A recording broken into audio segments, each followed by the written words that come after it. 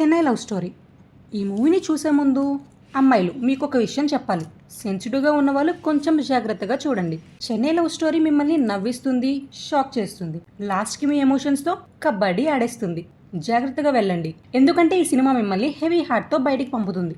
Movie in డీటెయిల్స్లోకి వెళ్ళే ముందు welcome back to me cinema పిల్ల ఛానల్. మన ఛానల్ని సబ్స్క్రైబ్ చేసుకున్న వాళ్ళు సబ్స్క్రైబ్ చేసుకొని గంట సింబల్ని లాగి పెట్టి కొట్టేయండి. దెబ్బకి గంట షేక్ అయిపోవాలి. ఫస్ట్ హాఫ్ అయితే చాలా న్యాచురల్ అండ్ ఆర్గానిక్ ఎంటర్టైనర్. చాలా మంచి ఫీలింగ్ని ఇచ్చింది. వాళ్ళ రిలేషన్షిప్ స్లోగా డెవలప్ అయ్యే ప్రాసెస్ చాలా క్యూట్గా ఉంటుంది. ఒక్క సీన్ కూడా ఆర్టిఫిషియల్గా అనిపించదు. టెంపుల్ సీన్ బ్రో పీక్స్ అంటే పీక్స్. థియేటర్ మొత్తం ఎంజాయ్ చేసింది. అదే సీన్లో పీక్ ఎమోషనల్ మూమెంట్ కూడా ఉంటుంది. అండ్ ఆ వదలనే సాంగ్ ఫస్ట్ బీట్ వచ్చినప్పుడు ఆ విజువల్కి ఆ వోకల్కి గూస్ బంప్స్ అంటే గూస్ బంప్స్. ఇంకా ఇంటర్వెల్ సీన్ అయితే డైరెక్టర్ సడన్గా పెద్ద షాక్ ఇచ్చాడు. లిటరలీ ఆడియన్స్ అంతా నెక్స్ట్ ఏమవుతుంది అన్న కన్ఫ్యూజన్లో ఉన్నారు. ఇంకక్కడి నుంచి స్టార్ట్ చేశాడు బ్రో. క్లైమాక్స్ దాకా మామూలుగా కాదు, ఓ రేంజ్లో ఎమోషన్స్తో కబడ్డీ ఆడేశాడు. సెకండ్ హాఫ్ చాలా ఎమోషనల్గా ట్విస్ట్ అండ్ టర్న్స్తో ప్యాక్ అయి ఉంటుంది. ఫస్ట్ హాఫ్ అంతా హై కాకపోయినా డీసెంట్గా ఎంగేజ్ చేస్తుంది.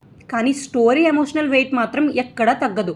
బట్ క్లైమాక్స్ దగ్గర మళ్ళీ ఎమోషన్స్తో ర్యాంప్ ఆడేస్తాడు. కంప్లీట్గా ఎమోషనల్ పీక్కి తీసుకెళ్ళిపోయాడు డైరెక్టర్. కిరణ్ అబ్బవరం అయితే ది బెస్ట్ పర్ఫార్మెన్స్ డెలివర్ చేశాడు.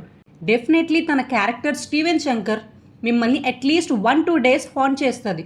అంత బాగా రాసిన క్యారెక్టర్ని పర్ఫెక్ట్గా డెలివర్ చేశాడు. తన కెరియర్లోనే బెస్ట్ పర్ఫార్మెన్స్ అని చెప్పొచ్చు. ఇంకా Gauri Priya was the soul of the film.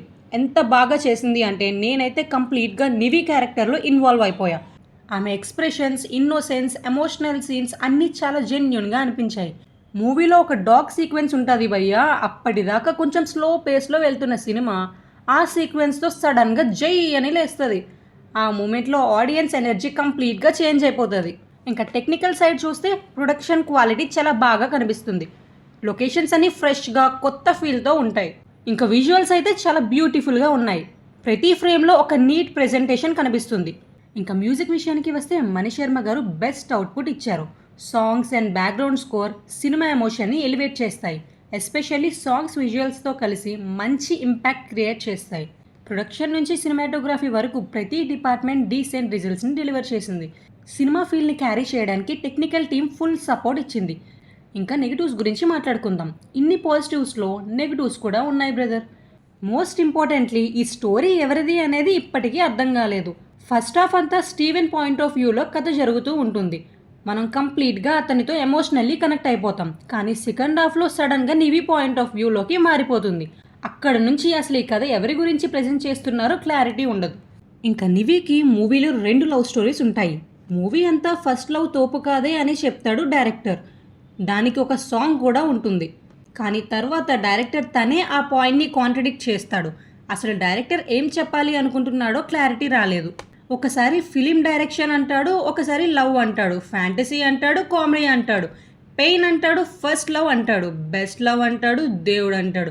ఇలా చాలా లేయర్స్ యాడ్ చేసి లాస్ట్కి ఆడియన్స్ని కొంచెం కన్ఫ్యూజ్ చేశాడు. క్లైమాక్స్ అయితే నాకు బేబీ మూవీ గుర్తొచ్చింది. ఎమోషన్స్ ఉన్నాయి కానీ అవి ఆర్గానిక్గా బ్లెండ్ అయినట్టు అనిపించలేదు. కొన్ని ఎమోషనల్ మూమెంట్స్ కొంచెం ఫోర్స్డ్గా పెట్టినట్టు అనిపించింది. My final verdict of the movie is, నాకు పర్సనల్గా ఈ సినిమా ఫ్లాస్ ఉన్నా కూడా ఎమోషనల్లీ బాగా కనెక్ట్ అయింది. ఫస్ట్ హాఫ్లో నవ్వించింది, ఇంటర్వెల్ దగ్గర షాక్ ఇచ్చింది, సెకండ్ హాఫ్లో ఎమోషనల్గా ఇన్వాల్వ్ చేసింది, క్లైమాక్స్ దగ్గర కంప్లీట్గా బ్రేక్ చేసింది. పర్ఫెక్ట్ సినిమా అని చెప్పలేను.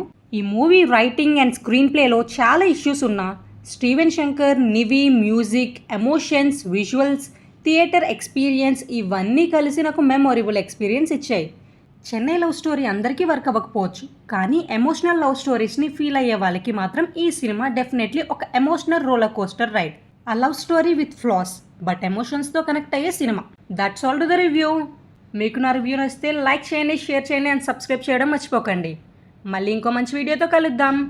ఇట్లు మీ సినిమా పిల్ల.